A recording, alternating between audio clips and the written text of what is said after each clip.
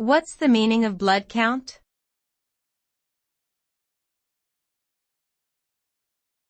Blood count.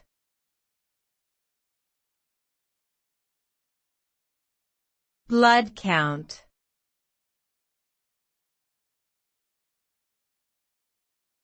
Blood count.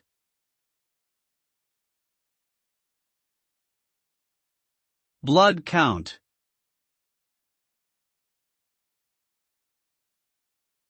Blood count refers to a laboratory test that measures the different components of blood, including red blood cells, white blood cells, and platelets.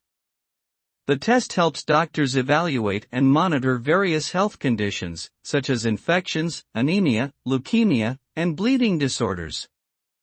Abnormal blood counts may indicate an underlying medical problem that requires further investigation or treatment.